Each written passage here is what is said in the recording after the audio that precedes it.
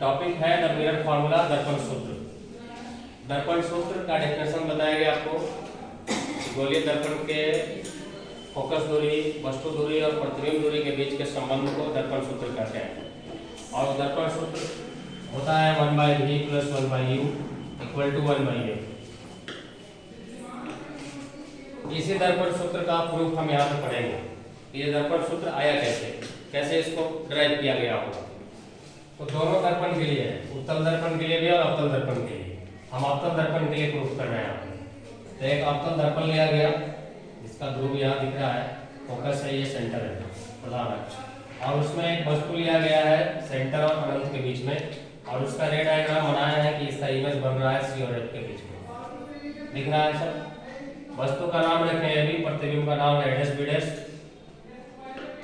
और अब आते हैं प्रूफ पे। प्रूफ करने के लिए सबसे पहले आपको ट्रायंगल के समरूप वाला प्रॉपर्टी यूज करना पड़ेगा।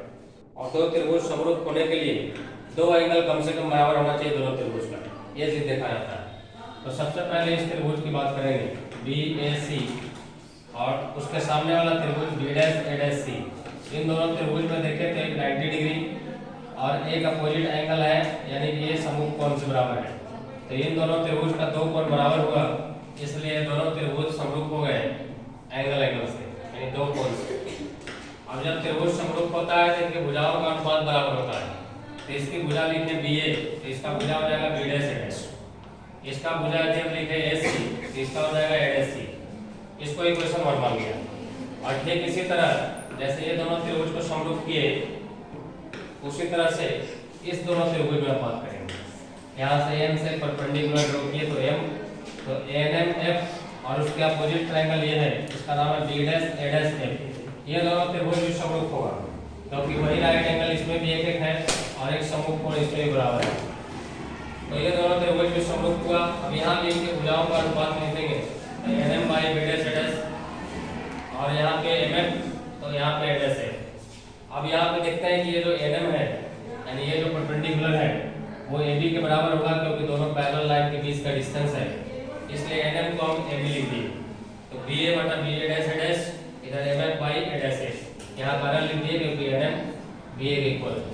इसको इक्वेशन 2 माना, और 1 और 2 को कंपेयर किए तो दोनों का लेफ्ट साइड सेम था, BA/BA', तो राइट साइड सेम होगा। तो अब यहाँ से दोनों का राइट साइड बराबर हो गया।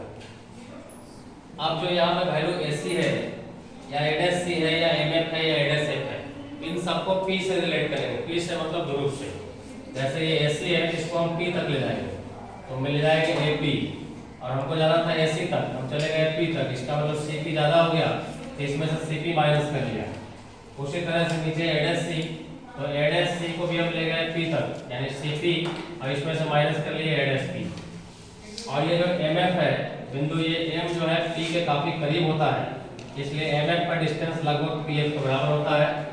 MF लगभग PF के बराबर होता है, इसलिए MF को PF लिख दिया।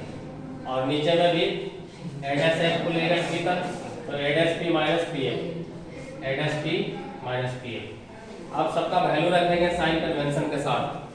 AP मतलब ध्रुव से वस्तु की दूरी, जिसको U से सूचित करते हैं, और चूंकि ये बाएं तरफ है इसलिए माइनस में होगा, तो AP का वैल्यू हो गया -U।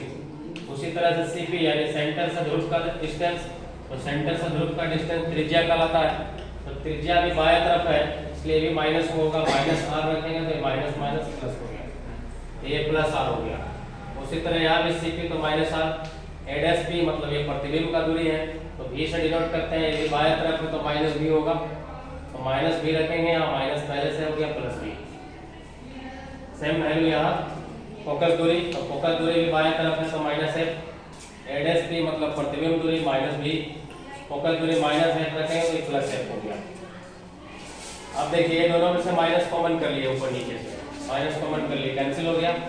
इसके ऊपर नीचे से भी माइनस कॉमन किए, कैंसिल हो गया, तो वैल्यू बच गया ये वाला। अब यहाँ पे R का वैल्यू रख दिए 2F, R का वैल्यू रख दिया 2F, क्योंकि त्रिज्या जो है फोकस दूरी का दुगनी होती है।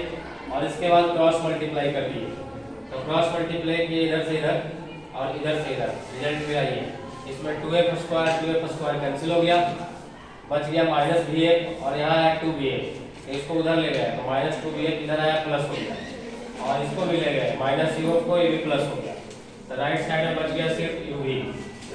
ऐड किए इन दोनों को तो 2bf में से एक bf गया, बचा bf और यहाँ से बच गया uf इक्वल टू यू ही। अब दोनों तरफ लेफ्ट और राइट दोनों तरफ u bf से डिवाइड कर दिए, तो u bf से जब डिवाइड करिएगा तो यहाँ से v और f कैंसिल हो गया, यहाँ से u और f कैंसिल हो गया, यहाँ u भी कैंसिल हुआ, तो बच गया 1/u 1/v और इधर 1/f, यानी ये जो मेरा दर्पण सूत्र है प्रूफ हो गया। तो इसी तरह से आप उत्तल दर्पण को प्रूफ कर सकते हैं। क्लियर है? चलिए बस।